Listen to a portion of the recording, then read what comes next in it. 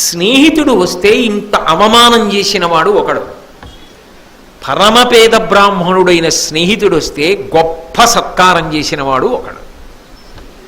రెండోవాడు ఎవరు? శ్రీకృష్ణుడు.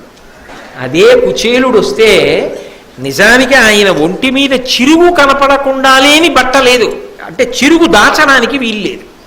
అటువంటి బట్ట కట్టుకుని వస్తే ఎదురెళ్ళి తీసుకొచ్చి తన హంసతూలికా తల్పం మీద కూర్చోపెట్టి ఒంటికి చందనం రాసి విసినికర్ర పెట్టి విసిరి కాళ్ళ కింద పళ్ళెం పెట్టి, అలా చూస్తావేం రుక్మిణి, నీళ్లు పోయి నా బాల్య స్నేహితుడోయ్ అని కాళ్ళు కడిగి ఆ నీళ్లు తాను తల మీద చల్లుకుని ఆదిలక్ష్మి రుక్మిణీదేవి మీద చల్లి పక్కన కూర్చుని ముచ్చట్లాడి నాకేదో తేకుండా ఉండవులే అని ఇంత ఐశ్వర్యవంతుడు తడివి ఆయన సిగ్గుపడిపోతుంటే అటుకుల మూట విప్పి ఆయన ఒక్క ఆ పిడికెడు అటుకులు నోట్లో వేసుకుని పరపర నవిలి మింగి ఇంకొక కాసిని అటుకులు చేతిలో వేసుకుని నోట్లో పెట్టుకోపోతుంటే గబగబా రుక్మిణీదేవి వచ్చి చేయి పట్టుకుంది. ఆదిలక్ష్మి కదూ, చేయి పట్టుకుని ఒక్కసారి తిన్నందుకు మీరు ఏమి ఇచ్చారో నాకు తెలుసు, మీకు తెలుసు, ఇంకొక్కసారి తిన్నారా మిమ్మల్ని నన్ను కలిపి ఆయనకి ఇచ్చేస్తారు చాలేంటది.